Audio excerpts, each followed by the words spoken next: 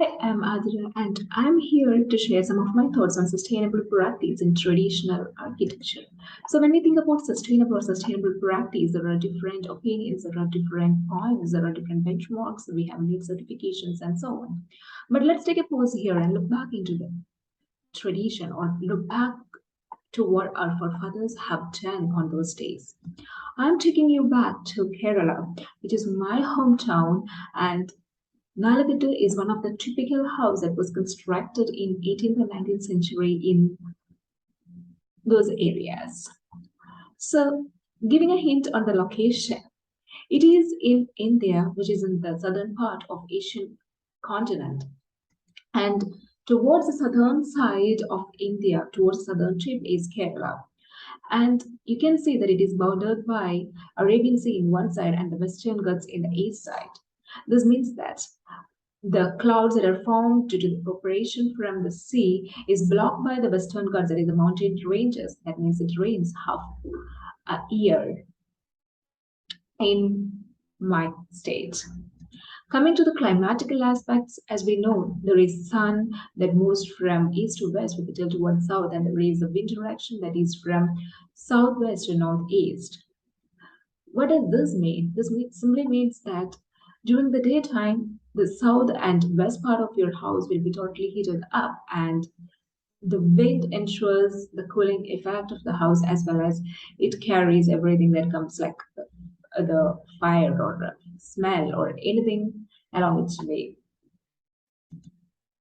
So, considering the features of Nalagata, Nalagata just simply means four blocks in regional language. It is a kind of coming there is a lot of thing that is linked with the culture as well of our society that is directly linked in the house typology.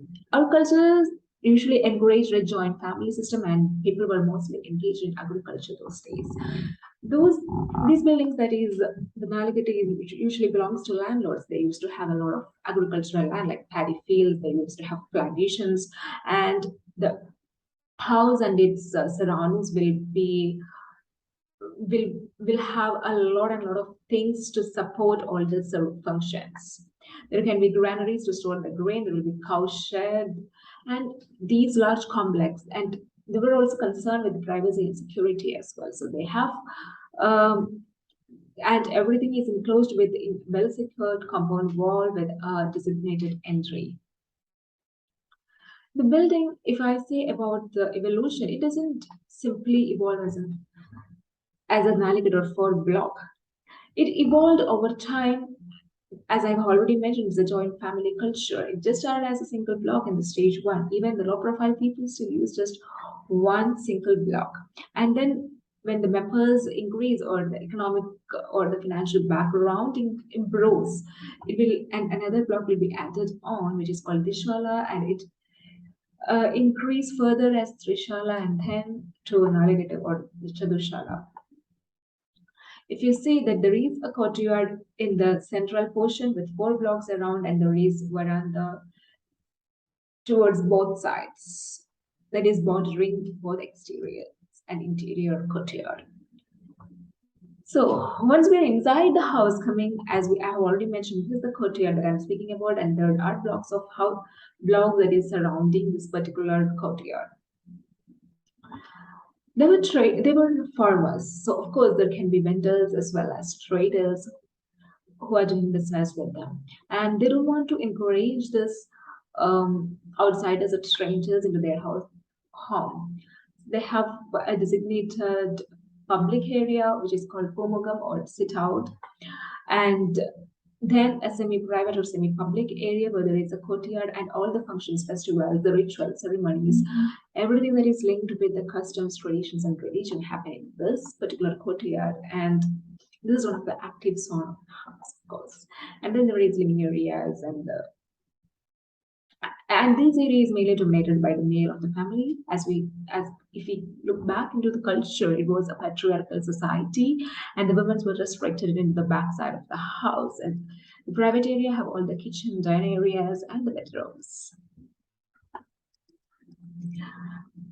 And this will be so we have a book that have the science that says is a science of architecture in India, which is known as the Shastra. These are more related to the religion, rituals, myths, superstitions, and many things. It's a big book with a lot of information in it, but just I would like to emphasize or focus on the aspect of orientation of different spaces in house.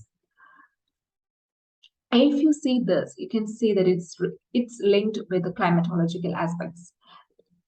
The south and west, I have mentioned that the south and west have the maximum heat radiation, and we can see that the bedrooms are positioned towards this side. This means that these are the areas that is not used during the day, but just at night.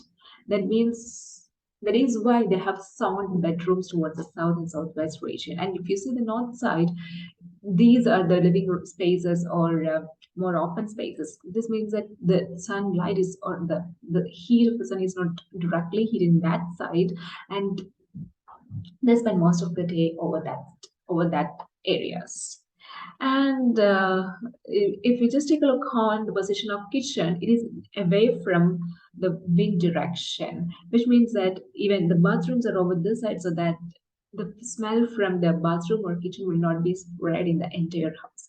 As well as those days, we have the thatch roof. That means these were made up of dry leaves of coconut or palm, and there is a chance for them to catch fire because those days um, we used to light fire with a timber or leaves. And if ever it is in the direction of the wind, the fire will spread immediately. And in this way, we can ensure that there is an immediate spread of fire. As that's why it's oriented away from the wind direction. This is something that I already mentioned about the zoning of the house. As you can see, if we look at the south side, the 7 and 8 are sleeping area for males and females. They separate or designated areas. This is just because of the culture, and there is a lot to tell about the culture and things in here. But due to the lack of time, we'll just limit it here. And then towards the northern side, we have the dining area, the sit out area, and we can see that large windows are over this side. This means that these areas are typically cooler than the south side. And if you see the south side, the windows are really small, but at the same time, they have ensured cross ventilation in every room so that there is a good cooling effect. These wind will move towards the courtyard, and then there is always a cooling effect within the house. Coming to the components of the house, it's a veranda which is around the house or around the living areas or the blocks, and this acts as a buffer space to reduce the heat that entering in the interior. Then Pomukam is a public zone where the guests are seated, and then the courtyard, it can be big or small or in any size that depends upon the occupants and their economic background. The roof actually uh, is a sloping roof so that it ensures that the water seep down easily. At the same time, there is attic space between the ceiling and the timber frame, which is used as an additional storage area as well as reduce the heat that is entering into the house. The low profile of the roof ensures that only indirect light and heat enters in the house. At the same time, the jolly works ensures the light filters in and the privacy is also taken care of.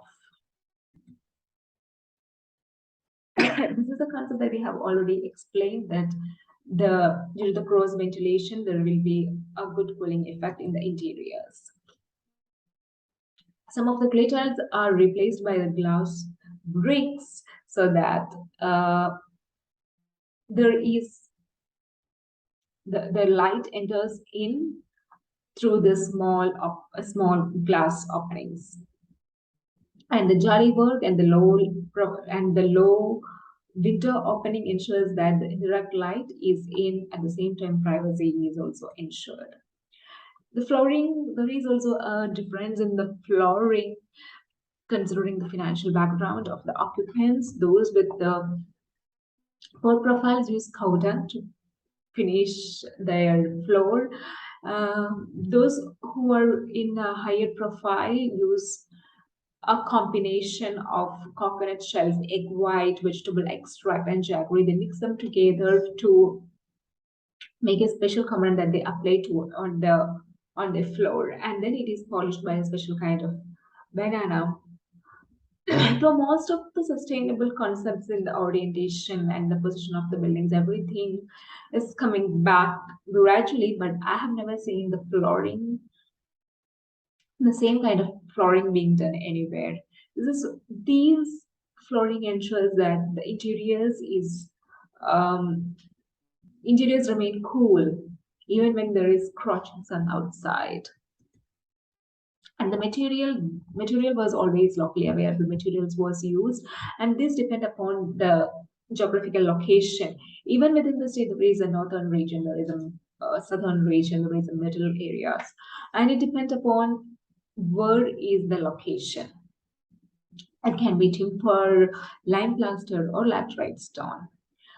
Considering the laterite stone, almost 80% of the state have laterite stone deposits, and when these laterite stones are quarried for the purpose of building house, the space that is dig out is used as a bathhouse. This is how they have managed back and forth. So concluding the same, there are many more aspects that is related to the custom, culture, tradition. There is more and more things to be shared if you go in detail. But just to limit, I would like to emphasize that the materials for those days, the buildings were sustainable because one of the reasons was the materials were locally available and they never used a lot of, they never waste energy or fuel in terms of transportation or using some artificial kind of materials. There was a good understanding on the local climatic as well as they know how to better optimize their space or openings or whatever it is. They know about the importance of the space was mainly used for the function and the size, the position, everything depend upon the function of that particular space and not for luxury or show off. So these are some of the important takeaways from the traditional architecture that we can even follow these days. So with this, let me conclude that let us be more sustainable. Let us go for the green architecture than greenwashing. Thank you.